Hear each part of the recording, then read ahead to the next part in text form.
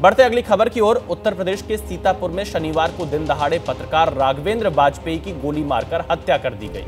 Hempur railway overbridge में पत्रकार राघवेंद्र बाजपेयी को 3 गोलियां मारी गई, जहां उनकी मौत हो गई। यूपी के सीतापुर में पत्रकार की हत्या हुई है। सीतापुर में पत्रकार की गोली मारकर हत्या हुई है। मर्डर केस में पुलिस जांच में जुटी। हत्याकांड में अब तक कोई गिरफ्तारी नहीं हुई है और कहीं ना कहीं इससे सवाल जरूर खड़े होते हैं कानून व्यवस्था को लेकर भी, जिस तरह से सीतापुर में पत्रकार की हत्या हुई है।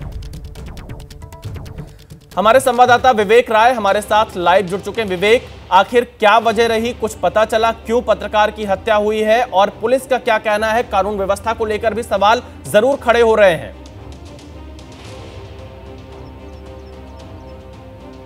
बिल्कुल, आपको बता दें कि जिस तरीके से राघवेंद्र बाजपेयी की जो हत्या हुई उसके पीछे परिजनों का ये कहना है कि उन्होंने कुछ दिनों पहले कुछ माफियाओं के खिलाफ, कुछ जो सरकारी माफिया हैं जो सिंडिकेट चला करके अपनी जो चीज़ें हैं मनमानी कर रहे हैं, उनके खिलाफ कुछ खबरें प्रकाशित की थी, जिसका कहीं ना कहीं विरोध था। परिवार का ये भी कहना है कि वो कल उनको एक फ़ोन कॉल आई, उस फ़ोन कॉल के बाद वो घर से निकले और इसके बाद जिस फ्लाईओवर पर उनकी मौत हुई है वहाँ पर उनकी बाइक खड़ी थी और उसके बाद वो थोड़ी दूर पर वहाँ पर गिरे हुए थे। शुरुआती तौर पर 3 गोली चलने की बात निकल के सामने आई थी, पर अभी ये कहा जा रहा है कि कुल 4 गोलियां उनको लगी हैं। मैं इस वक्त उनके आवास पर ही मौजूद हूं। एक बार तस्वीरें यहाँ की देखिए। उनके जो तमाम जो परिजन हैं रोते बिलखते आपको दिखाई देंगे। अंतिम यात्रा के पहले लोग यहाँ पर इकट्ठा हुए हैं अंतिम दर्शन के लिए, लेकिन परिजनों में जो कहीं ना कहीं आक्रोश है, क्योंकि उनका ये कहना है कि जब तक गिरफ्तारी नहीं होगी तब तक वो अंतिम यात्रा नहीं शुरू करेंगे। तमाम जो लोग हैं उनसे बातचीत भी करेंगे। आपके कौन लगते थे वो? हमारे भाई थे। जी जी जी। ये किसी का फ़ोन आया फिर निकले, क्या हुआ? ये खबर को लेकर ही था, जो भ्रष्टाचार उजागर कर रहे थे, उसमें बड़े बड़े नाम सामने आ रहे थे। शासन से भी जांच बैठ गई थी। उसके बाद जिस तरीके से दिन दहाड़े निर्मम तरीके से हमारे भाई की 4 गोली मार के हत्या कर दी गई है। अब शासन के नाम आ रहे थे सामने, कौन लोग थे? वही अब इतना हम नहीं बता सकते हैं। अभी जो कुछ होता अपडेट मिलेगा हम आपको देंगे। लेकिन वो जो सिंडिकेट एक चल रहा था, एक गिरोह करके वही ज़मीन का काम कर रहे थे, वही खाद्यान्न का काम लोग कर रहे थे, प्रशासनिक लोग मिलके। उनके द्वारा धमकियां भी दी जा रही थी। धमकियां इसके पहले भी मिली? हाँ, धमकियां भी दी जा रही थी। 1-2 बार दी गई हैं धमकियां। फ़ोन पुलिस उन्होंने परिवार को बताया, आप लोग को? हाँ, हमसे शेयर करते थे वो। लेकिन हम लोगों ने सोचा चलो पत्रकार हैं, खबर दिखा देते हैं, भ्रष्टाचार छाप देते हैं तो सब होता रहता है।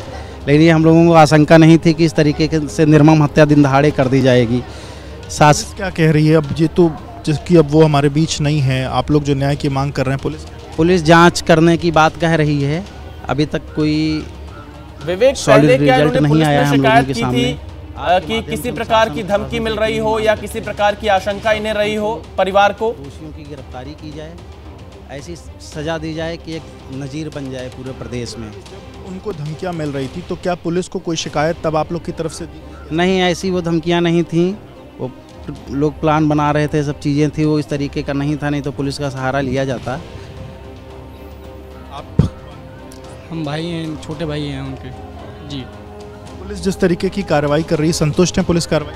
पुलिस कार्रवाई कर रही है, बता रही है, लगातार कार्रवाई कर रही है। कोई नतीजा अभी हमारे सामने विशेष आया नहीं है। बाकी पुलिस से हमें कोई दिक्कत नहीं है, हम कोऑपरेट कर रहे हैं, बराबर कर रहे हैं। हमें रिजल्ट चाहिए। हम क्रियाक्रम तभी करेंगे जब हमको गिरफ्तारी मिल जाएगी। यात्रा तभी शुरू, तभी संस्कार हमारे भाई का तभी होगा जब सर्वप्रथम दोषियों पे कार्रवाई हो जाएगी, गिरफ्तारी हो जाएगी दोषियों की, मृतक के परिजनों को मुआवजा मिल जाएगा, पत्नी को योग्यता आप इस खबर पर नजर बनाए रखिएगा। फिलहाल के लिए शुक्रिया।